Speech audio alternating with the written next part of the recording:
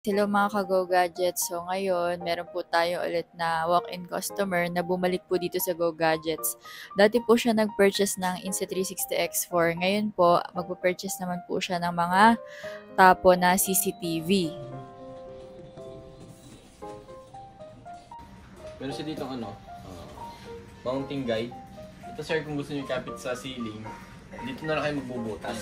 Pwede ito sir, pag wireless mo gagamitin, kaya pag nyo na gamitin yan.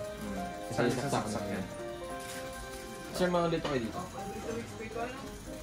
Itong isang to, pang wired connection. So, hindi naman yung siya gagamitin, so hindi na yan. Ito lang sir, kailangan natin. Para mag-open yung unit, sasaksak natin siya dito. Okay. I-push nyo lang siya. Yan sir, kada open nyo yan, makikita nyo, mag-blink muna yan. Kada saksak nyo yan sir, mag-i-initialize yan. So, mag-rotate muna siya bago siya mag-set up. Ito lang yung settings. Then, display and sounds. 360 ba yan? Hindi. Yung ano niya sir, depende sa kung saan nyo itatapat yung camera nyo. Doon na siya magre-record. Pero pwede siya maikot ng 360. Paano?